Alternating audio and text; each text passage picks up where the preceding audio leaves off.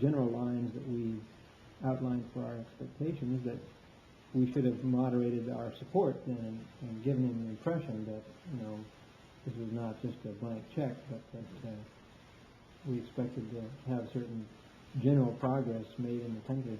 But we ended up never doing that. We ended up pretty much responding to all of his complaints and putting ourselves in a defensive posture. And I think he got the impression that Americans were generally fairly malleable in the political process, and I think that was not helpful to his later policy. He became, I think, over-impressed with his own ability to control events, and really sort of lost sight of the objective facts when we got into the later stages, particularly when he formed the so-called Rastakhis party, the Resurgence Party, where he really just almost became a leader of in a communist-style situation where everyone is with me, and I'm going to get 99.7% support, or people who are not with me are going to leave the country. I mean, that was really the way it came down in the very final stages, along in 75 and 76.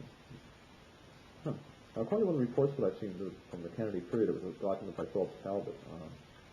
This is partly a quote. He says it was U.S. policy to combine vigorous but discreet political and economic advice to the Shah with enough assistance to enable him and the Iranian government to survive and go forward. So apparently there was some assumption in Washington that there would be policy to sort of encourage the Shah to move in a certain reformist direction. Yes. Give him advice, but was there how much of an effort along that line did you see in Andrew Holmes? Well, of course, I really can't say about what Holmes told the Shah, because I just was not anywhere near the scene. Exactly. But my impression from reporting that scene was that on occasion the Shah sought Holmes's advice on things, and Holmes gave it, either directly when he had a feeling he could give it directly, or when he needed to check with Washington and get back. I think he was fairly good about giving some advice to the Shah. But when we came along to Armin Meyer and eventually to MacArthur, I think he found sort of an extreme in MacArthur's case, a man who just really never told the Shah anything that would be the least bit derogatory or in the nature of giving him advice on how he should conduct himself or his affairs. It was just going to hear the Shah's complaints and then writing back or telegraphing back to Washington how we had to bend every effort to resolve the things that were troubling the Shah. It really became pretty much of a one-way street later on, and I think that was unfortunate. Also, according to one of the task force reports that I've seen, I guess there was some interest in Washington and encouraging the Shah moving towards a more constitutional role, in the sense that the Prime Minister would have a fair amount of policy-making authority in the system. I guess maybe people saw a meaning as sort of a move in that direction. Did you get any kind of a sense of how far the Kennedy administration wanted the Shah to move in this sense, or to what extent they encouraged that kind of evolution towards a more constitutional? No, I don't think that there was any very well-developed idea of just what we thought should evolve in Iran. It was more or less the question of general trends. We wanted maybe a trend toward the Prime Minister running the country in a day-to-day sense, and the Shah becoming perhaps a little less involved in political machinations. But it was not a detailed plan of action. I don't think we ever felt we could tell the Iranians exactly how to organize themselves, but it was just a question of these general trends. But then, of course, later on, as the Shah got more secure in his power base, he began to search for people who would not be independent. I mean, Hassan Ali Mansour, who eventually was assassinated, was the prototype of a yes man. person who salutes and goes off and does exactly what the Shah wants. And so I think that perhaps is again a function of the Shah's political development. During the Amini period, he was still not really terribly forceful. He showed many times he wasn't quite sure what should be done. That gave Amini a chance to propose certain things, and the Shah could sort of say, well, okay, try that, or don't do that, or something. But later, as the Shah began to feel more secure in his power base, he began to look for people who would do his bidding. Mansour comes to mind as I say, pretty much as a yes man. Then you get to Hoveyda, who is,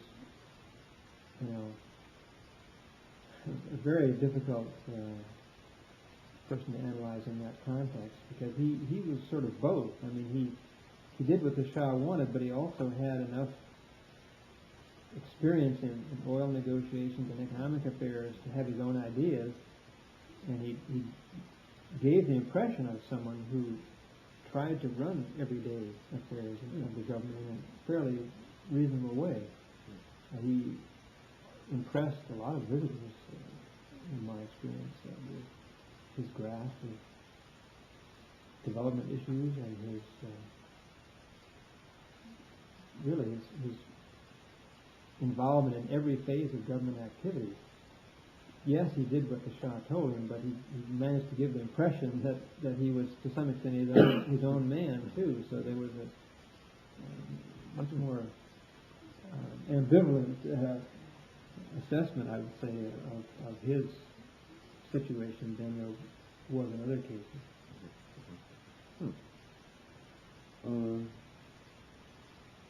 Did the AID have operations around Tebris? Were there any AID programs or projects? Yes, there was an aid mission. I'm sorry, it's a good point, because I didn't even include him before.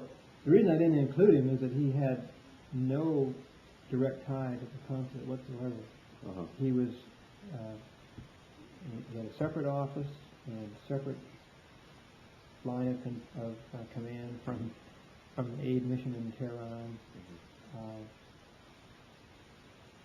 He even had his own vehicles, his own motor pool, so that we were in a strange position on occasion of the aid director offering to the Governor General several vehicles that could be used during the Shah's visit or whatever big occasion they had to help him out with his transportation needs, when the consulate had one beat-up Chevrolet car for the consul and one station wagon for everything else, and then the branch PAO had a station wagon and of course movie equipment and so on. But I mean, our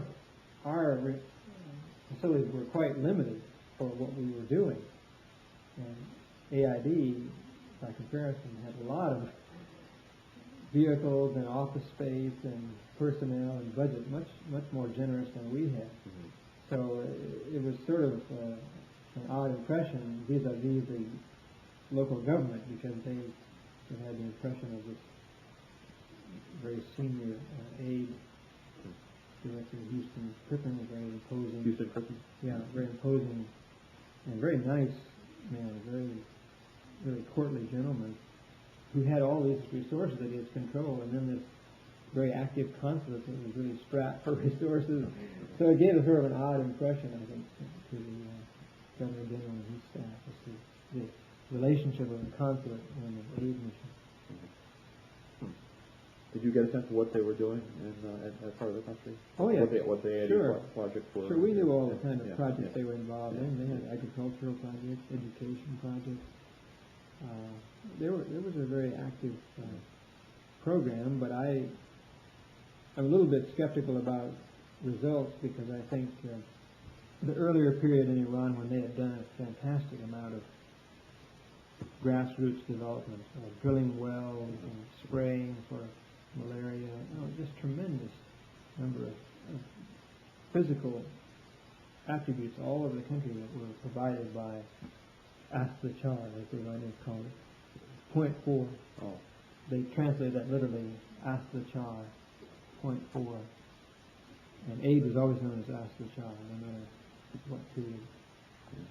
It was lineal descendant, I guess, in terms of... Yeah, it was. But, through FOA, Foreign right. Operations Administration, International Cooperation. International Cooperation Administration, all these alphabet things we did over the years, the Iranians never bothered that. It was always ask the char. It was very simple. But, in the earlier period, there was a tremendous amount. I mean, everyone you talked to said, oh, yes, they drilled a well in my village, or they sprayed in some malaria. You'd see spray-painted signs in small villages, sprayed through here on such a day, DDT, date, or whatever.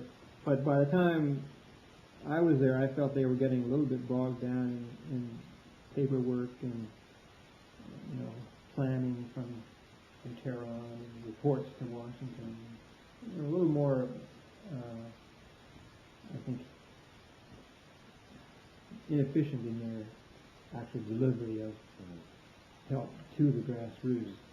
I think there's a lot of, at this time, late 50s, early 60s, there's a fair amount of congressional criticism of foreign aid operations in developing countries, especially Iran, I guess. Do you think the projects are fairly sound that were being paid for at this time? Did you get a sense of, you said there's a problem of inefficiency, but beyond that, was the projects actually... well, I think the projects were good. Yeah. There were things like entomological programs to control insect pests, and there were seed projects, and so perhaps it was that progress in the earlier days was so much more visible. By this time, we were seeing developments from the earlier days where people had been sent to training in the States. People came back and were working their way up in ministry. All kinds of earlier infrastructure had been laid for progress, and I think it was always a bit disappointing because you sent people to the States for various kinds of training. They came back, and then for one reason or another, they were maneuvered into other jobs, and they never quite did what they were trained for. There's a lot of just institutional grinding of gears that I think was a bit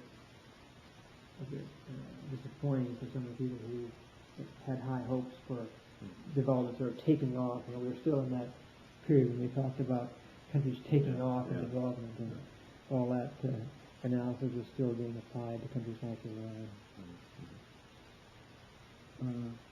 Do the CIA have people coming to Tebris once in a while, or was there a CIA person stationed there, or Yes, and they did have people coming occasionally, but that was something I just didn't get involved in because it was, it was arranged with the consul, and I was, I knew who their people were, but it was essentially outside of my particular sphere, except, of course, when I was in charge, and I was brought aboard about certain things, but generally I stayed out of that. Right. I'll ask questions about that later on, but just,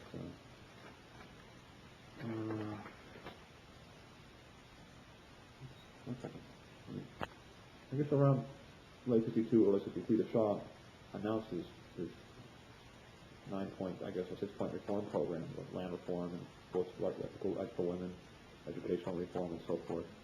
I guess there was a national referendum on the plebiscite. Right, plebiscite. On the Shah's program. Right. Supposedly 99% of those who voted, like 6 million people, voted for the Shah's program. Did you observe the plebiscite or see it take place? Or? I didn't actually see it take place in a sense of being right there and watching people line up and so on. I did see people in Tebris voting, and we had all kinds of information about how the affair went. They had a program of inking people's fingers, their thumb, once they voted, so that they would not be able to vote again. And I'm sure it couldn't have been 99% of people who voted. That's what the books say, though. No, I know. But 99% of those voting voted in favor. Yeah, exactly. Well, again, if there had been a vote on individual items of the reform program, there probably would have been an awful lot of negative votes, as I say, about women's suffrage. But when it was a package deal, everyone said, well, this whole reform package, what are we going to do? If we vote no, it's going to happen anyway. So everyone just sort of fell in line and figured, A, the Shah wants it, so he's probably going to get it, so we might as well go along. And B, there's some good aspects to it. Land reform, if that gives me some land, fine. Literacy corps, if that teaches my kids in the village to read, then I'm all for it. Health corps, if that brings a doctor to my village even once a year, it's better than what I have now, so, that'd be fine. Houses of justice, that sounds like a good idea. We had these disputes going on for years. If we can get house of justice in a nearby village, maybe we can resolve them.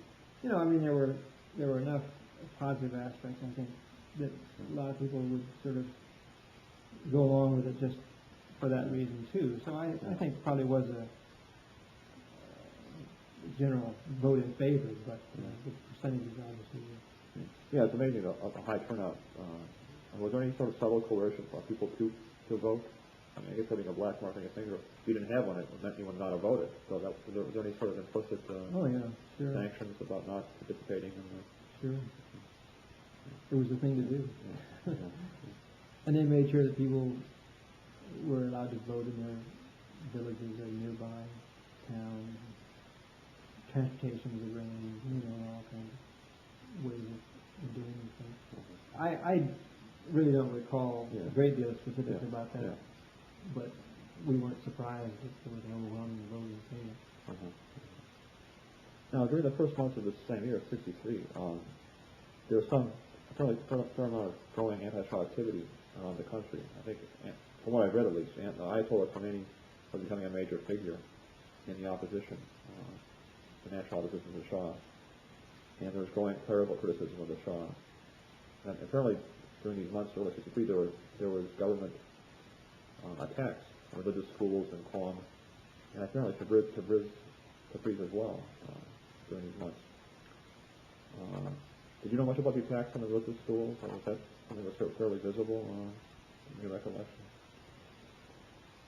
Well, it was quite well reported in the press, so it was certainly well known. Again, it focused largely around the reform program because, for one thing, there were many reasons for the clerics to be opposed to land reform, too.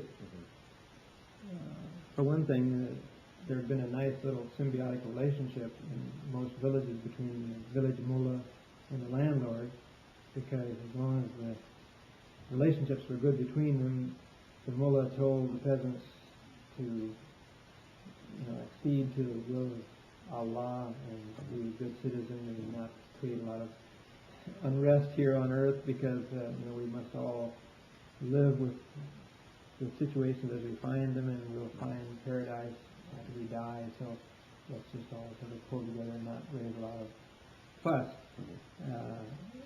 Implicit was this sort of understanding that if the peasants behaved themselves, then they would be treated reasonably well, and the mullah could intercede in the case of hardship. But the mullah was in turn treated well by the landlord, looked up to and revered and so on. And the mullah taught the only literacy class in the village, and he was in many cases, the only literate person in the village.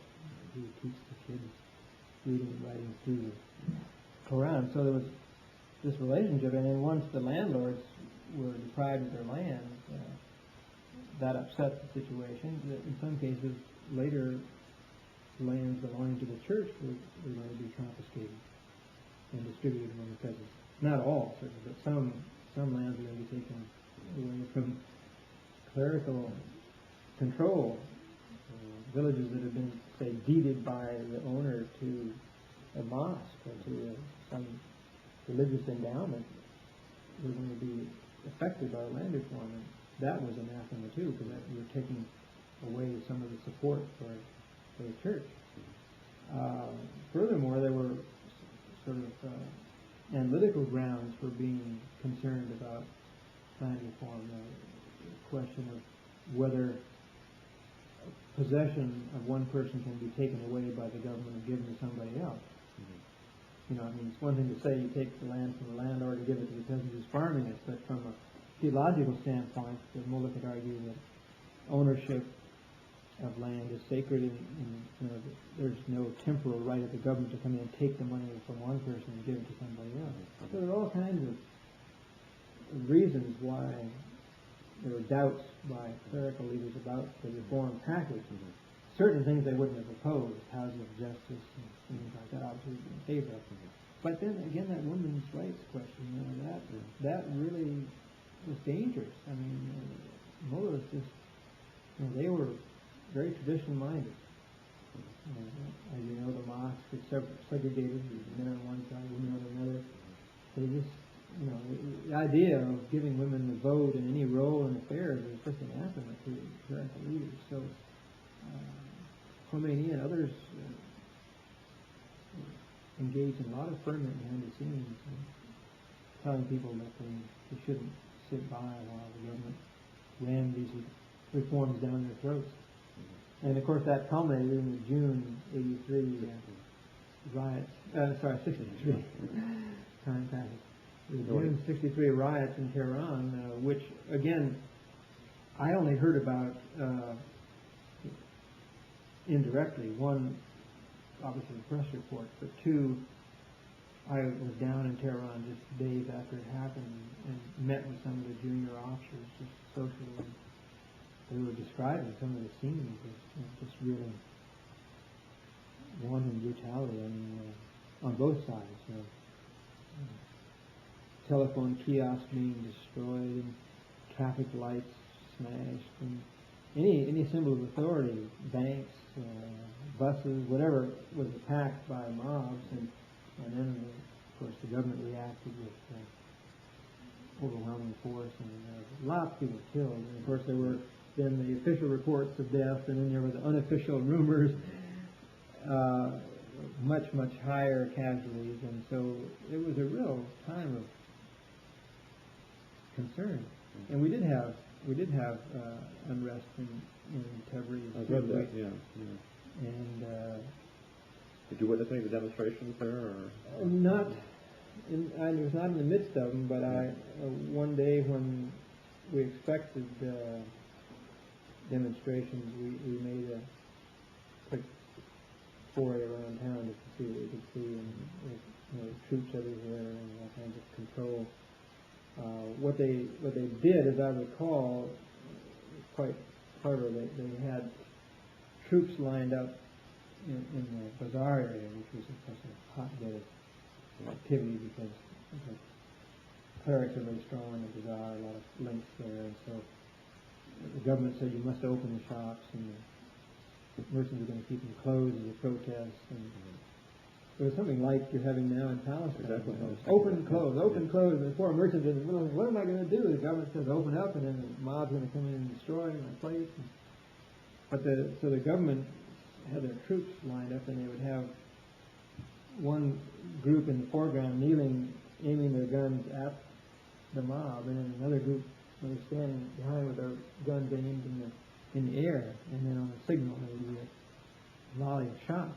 And of course the crowd didn't know whether it was the guys aiming here or the guys aiming here who were going to actually shoot. And of course the guys aiming in the air were the ones who pulled the triggers, so you just had all these shots in the air. But very effective in showing the riders that the government was prepared to do what they could to keep control. So as I witnessed the situation, the government in Tebris kept the lid on very, very tightly and avoided the kind of loss of life casualties and things had in Tehran. But it was dicey. How much concern was there among U.S. officials after the events in Tehran that political repression of that scale might really be counterproductive in terms of the Shah's position in the country? Was there much concern on that angle? Well, there was concern, I think, that events would get out of hand, that because the government had reacted so strongly to the protests, that there might be a whole cycle of further violence by a mob and further repression, and the whole thing could just snowball. But the result was that the situation did calm down, and was eventually Khomeini was expelled and went off to Iraq, and it continued. Now one other period that's I think very important to keep in mind is the issue of capitulations, which came up. I was going to ask about that. The status of forces agreement that we were trying to get the alliance to agree to, so that when military people were assigned in Iran, they would have some rights in case of accidents or whatever, that they'd be treated by in some way that would be defensible to the folks back home, and yet would not be offensive to Iranians. It was very tough because in the Middle East there was this tradition of capitulations and special treatment for foreigners, and the Iranians were very sensitive to that, and the mullahs were very adept at bringing up the parallel between capitulations and the status of forces agreement.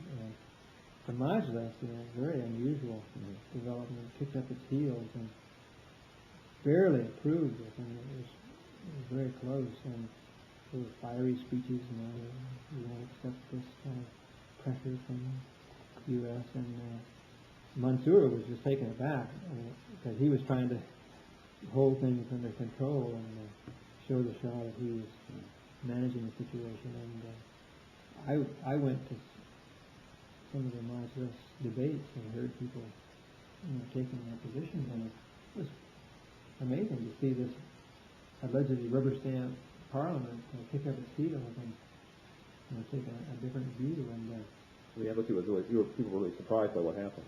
We were surprised by the vociferousness of the opposition point of view in the parliament, and the degree to which this became a popular issue, and they all sort of fed into the same kind of chaos that was going on in that general time. This was 64, I think, right? Yeah, this was 64, but people were very mindful of what happened in 63, and see if people are this upset about it, and maybe there's a ferment beneath the scenes that we're just beginning to see again. So there was a lot of concern about that. I've seen reports by General Eckhart, who was the Army Mag Chief during the mid-60s. He noted the strong connection between the mullahs and political dissidents generally among the middle classes, the Bazari and so forth. And he observed in this report, it's sort of interesting, that the mullahs were the opposition group with the greatest ability to lead an uprising against the Shah. To what extent did other U.S. officials see during this period share this estimate of leadership ability of the mullahs in terms of leading an uprising, a revolution at some point? I think the embassy was fairly well aware of that general proclivity because particularly, I can speak from experience that I was the political officer in charge of, if you will use that expression, contact with the opposition and reporting on what the opposition was doing. And I had various National Front contacts and other people, including Shapur Bakhtiar and various people, either directly or through contacts of theirs. There are some people in contacts with the embassy over the years. One is Hidayatullah Mateen Daftari, who was a grandson of Mossadegh. Mateen Daftari was a lawyer and very clearly a National Front person because of his relationship to Mossadegh, and he was occasionally questioned or thrown in jail for a while by the regime over the years. But through all these various people, I was trying to keep just an idea of what the opposition was doing and report on all the significant aspects of opposition. And one question was always, well, how much are the religious people involved in this? And so through various questions, I got an introduction to an Ayatollah Qotsi, Qotsi, who was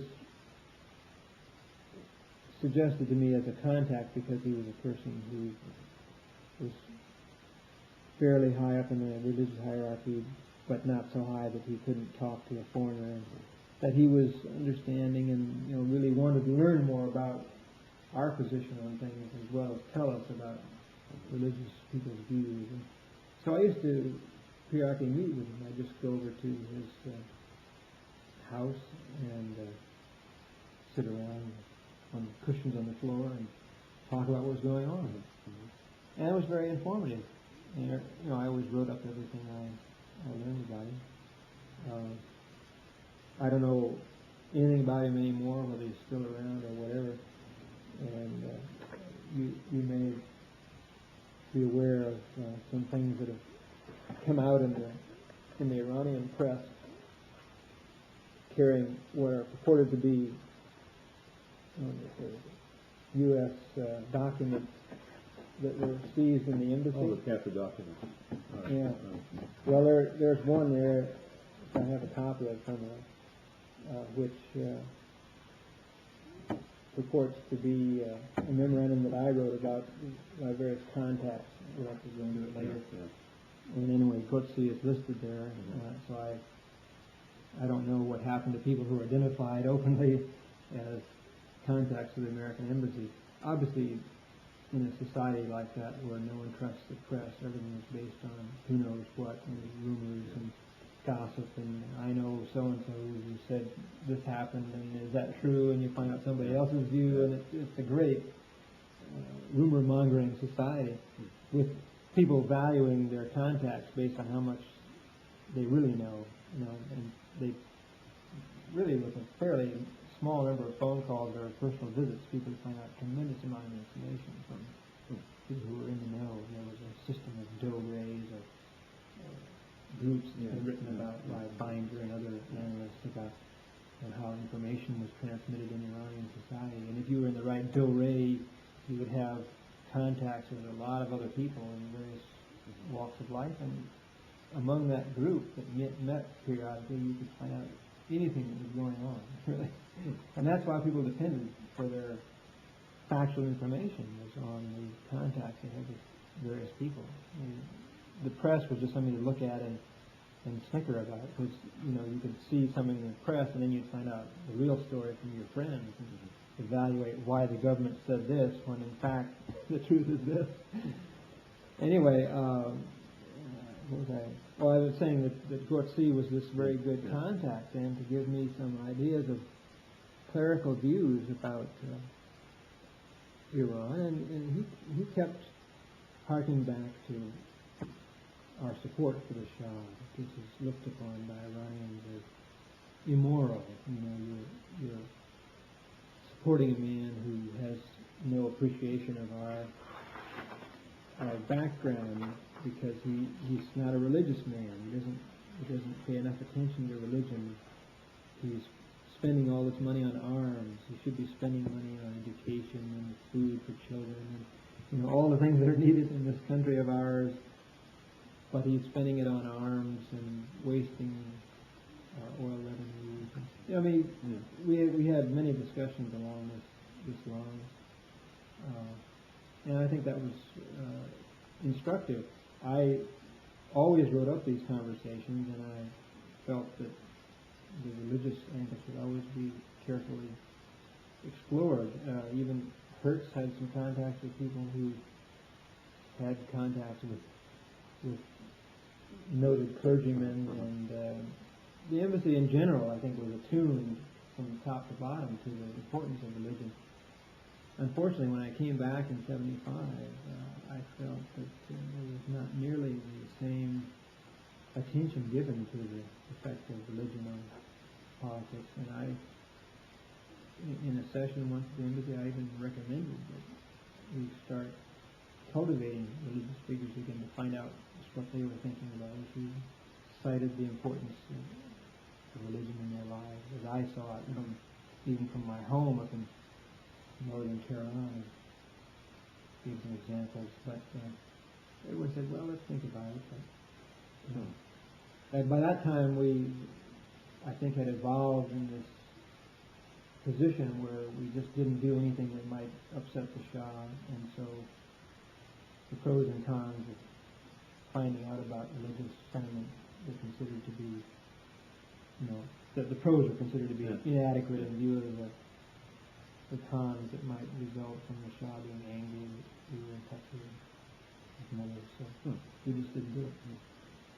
You mentioned one thing earlier about, was it widely assumed among the educated, literate people at this time, early 60s, that the U.S. had, in fact, had played a major role in bringing the Shah back in 53? Oh, that was a good, that was the assumption. That was dogma. Yeah. Everybody you talked to just cited that as gospel truth, which obviously it was. I mean, at the time, we was the issue. We kept saying that, if anyone asked us, we say there were allegations that this had happened or something. We never said it openly, but then later, of course, Clement Rundle's book came out, and Cotham's book came out, and a lot of open discussion of it. But when I first came there, it was still sort of taboo subject. But every Iranian you talked to, yes, the embassy. Yeah. Well, I mean, when you as an embassy person met Iranians, you never brought it up. But the Iranians just right away said, well, of course you Americans put him on the throne, so if you put him on the throne, why can't you tell him what to do? They'd say, if he's not doing this and so and this and so, well, why don't you tell him to do it? You guys put him on. If it weren't for you, he wouldn't be in power. So when you said, well, Iran's a sovereign country, we can't tell sovereign countries what to do. You can influence them somewhat, but you can't just order them around. I mean, this is your country. It's a sovereign. No, come on. You guys put him in power. You can tell him to do anything. Because they have a view, just like everything's a puppet, and who's pulling the strings? It's the Americans, the British, the Soviets.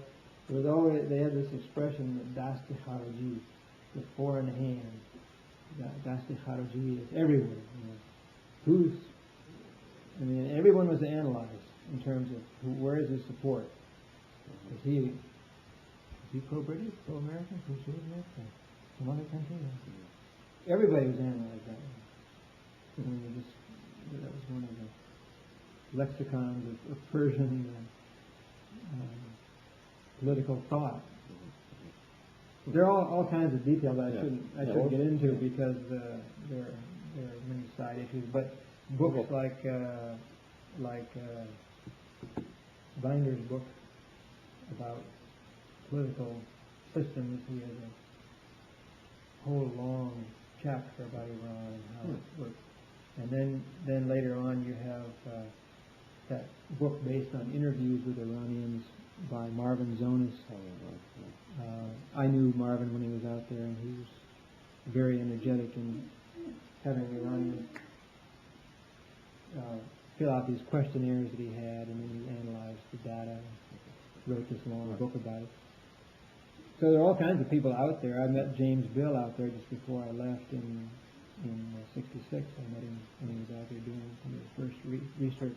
So a lot of people were analyzing Iran, a lot of ferment of ideas and so on over the years. It's been a subject of great interest to a lot of people studying politics and international development. Going back to that, so you became a political officer of the embassy in late '63. How did that come about? Was it a natural progression of things? Well, it was a natural progression because I'd been through the language and area training, and so I knew that obviously a good part of my career would be tied up with Farsi-speaking countries, and so when I finished in Tebreez, it was widely assumed that either that next assignment or another one would be in Iran. So I was willing to go to the capital for the next assignment. I felt, having been in the provinces, it was quite a natural progression to then come to the center, and gave me a good grounding. I think I better check on this. Okay. Well, we had quite a large political section in those days, and because we did, that we were allowed to then somewhat specialize within the section. So some people dealt more with external political relations. I opted to do something more on the domestic side because I'd been in Tebreez. I had the language. Of course, language capability was quite general in those days. We had a lot of people on our staff who spoke good Farsi. People I still work with and can converse with in Farsi when we meet, that sort of thing. But I expressed an interest in continuing to report on the reform program and also to follow the opposition, and that was agreed to. And so that was my assignment, my assigned area within the political section. Mm-hmm. You did that pretty much for the following 3 years that you were in Tehran? Yes. Well, except no, I should let me back up now. I did have through some complicated maneuvering behind the scenes, I did have a period of time when I had to serve in the consular section. Obviously, every red-blooded FSO wanted to serve in the political section, or if not there, in the economic section. And oftentimes, work in the consular section is considered to be much less desirable. One, because of the tremendous pressure involved. There were just hundreds and hundreds of applicants lining up every day, and you were supposed to apply rules that are rather hard to apply in practice and find out who was really a bona fide non-immigrant and who was just trying to get to the States to end up living there and getting a job and living a good life. Anyway, I because of certain trades back and forth, I was first put into the consular section of the non-immigrant visa work, and then citizenship and passport work. So really for the first half year, first 6 months of my assignment, I was doing that. Late 53 or late 54. Yeah. And then I went into the political section and did the duties that I just mentioned. So essentially for the next 2 years. So that's why the assignment was really sort of 2.5 years, because I came right after a Kennedy assassination, and then served till the summer of '66 before I came back to the States. You talked a bit about Julius Holmes. Who were some of the other officials of the embassy when you were working there in 53, 54, following years? Some Well, major first, people, I guess. Holmes was replaced by Armin Maya, and right away, I think the fact that analyses bubbled up from the bottom, that began to change, because Meyer had come from Beirut, felt that he knew the Middle East well from his service there, and he took to writing a lot of his own reports to Washington with just parts left blank for us to fill in, or where our views were solicited, but he basically had all laid out what he was going to say. And I think this was a frustrating time for everyone in the political section, because the transition from Holmes to him to Armin Meier was quite drastic, and